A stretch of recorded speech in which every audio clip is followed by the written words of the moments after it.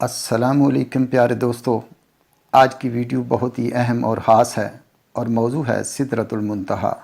سدرۃ المنتہا کا ذکر واقعہ معراج کے اندر آیا ہے۔ سدرہ عربی زبان میں بیری کے درخت کو کہتے ہیں اور منتہا کے معنی انتہا یا آخری حد کے ہیں، یعنی وہ مقام جہاں کے آگے مخلوق کو جانے کی اجازت نہیں ہے۔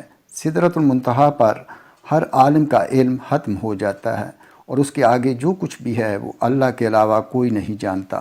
آقا رسول صلی اللہ علیہ وآلہ وسلم کے علاوہ کوئی بھی اس مقام کے آگے نہیں جا سکا۔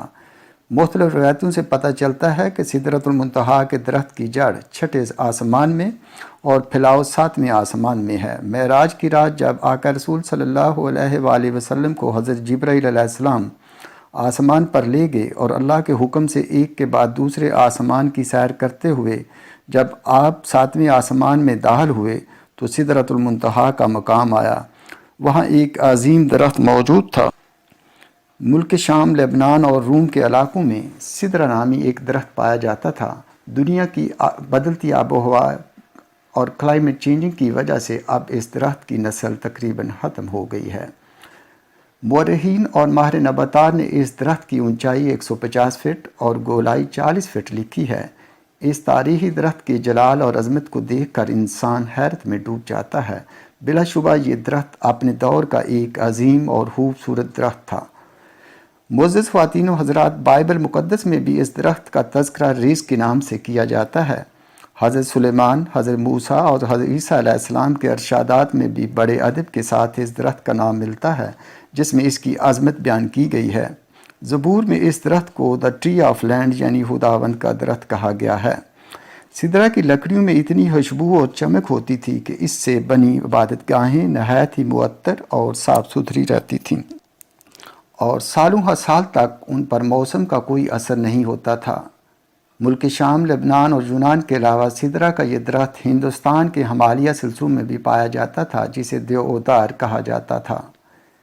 اس درخت کو ہندوستان میں دیوتا کا درخت بھی مانا جاتا تھا، اس لیے اس کا نام دیودار ہے، جبکہ عرب میں سدرہ کے اس درخت کو آذر کہا جاتا ہے، جسے شجرۃ اللہ کے نام سے پکارا جاتا تھا۔ دراصل یہ تینوں درخت ایک ہی خاندان سے تعلق رکھتے تھے، اسی خاندان میں بیری کا درخت بھی شامل ہے۔ معزز خواتین و حضرات، اسلام میں بیری کے درخت کو سدرہ ہی کہا گیا ہے۔ مختصر یہ کہ سدرہ قدیم دور کا ایک اہم اور نایاب درخت تھا، اس لیے قرآن و حدیث میں سدرۃ المنتہا کو دنیا کے اس بیری کے درخت سے تشبیہ دی گئی ہے، لیکن سدرۃ المنتہا جو ساتویں آسمان پر موجود ہے اس دنیاوی بیریوں کے درخت کے جیسا بالکل نہیں ہے۔ حضرت عبداللہ ابن مسعود رضی اللہ تعالیٰ عنہ سے روایت ہے کہ سدرۃ المنتہا چھٹے آسمان پر ہے۔ زمین سے اوپر جانے والی چیزیں سدرہ پر آ کر رک جاتی ہیں اور پھر انہی فرشتوں کے ذریعے وصول کیا جاتا ہے۔ اسی طرح اوپر سے نیچے آنے والی چیزیں سدرۃ المنتہا تک آ کر رک جاتی ہیں، پھر ان کو نیچے سے وصول کیا جاتا ہے۔ مفسرین نے لکھا ہے کہ سدرۃ المنتہا کے قریب ہی جنت المأویٰ ہے، جو جنت کا اعلیٰ ترین مقام ہے اور جہاں قیامت سے پہلے شہیدوں کی روحوں کو ٹھہرایا جاتا ہے۔ سدرۃ المنتہا کے متعلق روایتوں میں آتا ہے کہ اس کے ہر پتے پر ایک فرشتہ کھڑا ہے جو اللہ کی تسبیح میں مشغول ہے، اور اس کی شاخوں پر سب رنگ کے پرندوں کا ایک جھنڈ بیٹھا ہے۔ بعض علماء نے لکھا ہے کہ سب رنگ کے پرندے دراصل انبیاء کرام علیہ السلام اور اولیاء کرام کی روحیں ہیں۔ سدرۃ المنتہا ایسا درخت ہے جس کے تنے کی چوڑائی 72 سال کے سفر کے برابر ہے، جبکہ بہترین سوار اس کی شاخوں کے سائے میں قریباً 100 سال تک سفر کر سکتا ہے۔ آقا رسول صلی اللہ علیہ وآلہ وسلم نے فرمایا کہ سدرۃ المنتہا کی جڑ سے 2 ظاہری نہریں نکلتی ہیں اور اسی طرح اس کے تنوں سے 2 باطنی نہریں بھی نکلتی ہیں۔ آپ صلی اللہ علیہ وآلہ وسلم نے معراج کی رات ان نہروں کو دیکھا تو جبرائیل علیہ السلام سے دریافت کیا کہ یہ باطنی اور ظاہری نہریں کیا ہیں؟ اس پر حضرت جبرائیل علیہ السلام نے فرمایا کہ باطنی نہریں جنت میں جاتی ہیں اور ظاہری نہریں دنیا میں گرتی ہیں، جو دریائے نیل اور دریائے فرات ہیں۔ شمالی افریقہ میں بہنے والا دریائے نیل دراصل یونانی لفظ نیولس سے نکلا ہے، جس کے معنی وادی کے ہیں۔ یہ دنیا کا سب سے لمبا دریا ہے، جس کی لمبائی 6000 کلومیٹر سے بھی زیادہ ہے۔ دریا نیل مصر کی سرزمین سے گزرتا ہے اور وہاں کے باشندوں اور زراعت کے لیے اہم مقام رکھتا ہے۔ مصر وہی سرزمین ہے جہاں حضرت یوسف علیہ السلام، حضرت موسیٰ علیہ السلام جیسے جلیل القدر نبیوں نے اپنی زندگیوں کا ایک بڑا حصہ گزارا ہے۔ اگر دریائے فرات کی بات کریں تو یہ 2780 کلومیٹر لمبا دریا ہے، عراق اور مشرقی ترکی کے علاقوں میں بہتا ہے۔ یہی وہ دریا ہے جس کے کنارے آقا رسول صلی اللہ علیہ وآلہ وسلم کے پیارے نواسے حضرت امام حسین علیہ السلام کو کربلا نامی مقام پر شہید کیا گیا تھا۔ احادیث کے مطابق آپ صلی اللہ علیہ وآلہ وسلم نے قیامت کے قریب اس دریائے فرات سے سونے کے خزانے یا پہاڑ نکلنے کی پوشین گوئیاں کی ہیں۔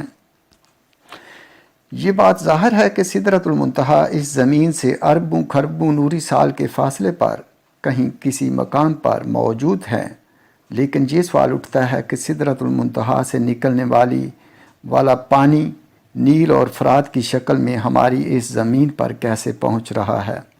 ہماری اس زمین پر پانی کہاں سے آتا ہے؟ یہ ہمیشہ سے سائنسدانوں کے لیے ایک سوال بنا رہا ہے۔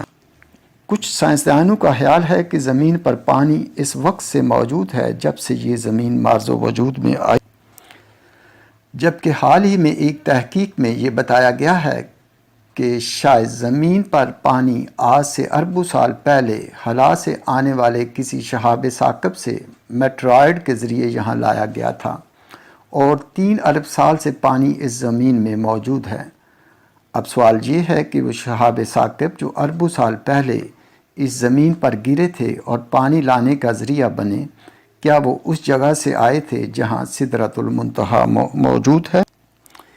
ایک نظریے کے مطابق سدرۃ المنتہا کی جڑ سے نکلنے والی وہ نہریں دنیا میں ایک غیبی راستے سے آتی ہیں، جسے جدید سائنس کی زبان میں وارم ہول یا پورٹل کہا جاتا ہے۔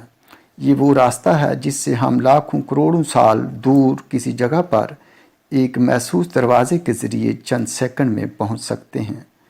یوں محسوس ہوتا ہے کہ ان نہروں کو دنیا میں لانے کے لیے اللہ کے حکم سے انہی راستوں کا استعمال کیا جاتا ہے۔ قرآن مجید میں ایک المعارج کے نام سے سورہ موجود ہے، جس کے معنی سیڑھیاں یا آسمان پر جانے کا راستہ ہے، یعنی ایسے راستے جو آسمان اور زمین کو کسی اور ہی دنیا کے ساتھ کنیکٹ کر رہے ہوں، جیسا کہ اللہ نے سورہ المعارج میں فرمایا، اللہ کی طرف سے ایسے راستے جنہیں فرشتے اور روحیں استعمال کرتے ہیں تاکہ وہ اوپر کی طرف چڑھ سکیں۔ آخر یہ راستے کون سے راستے ہیں، اور کیا نیل اور فرات انہی راستوں سے آ کر اس دنیا میں بہتے ہیں؟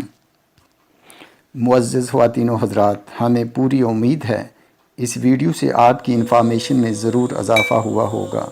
اگر آپ کو ہماری یہ کاوش پسند آئی ہو تو اس ویڈیو کو لائک اور سبسکرائب کر دیں۔ اپنا اور اپنے ارد گرد کے لوگوں کا بہت خیال رکھیے گا۔ اللہ حافظ۔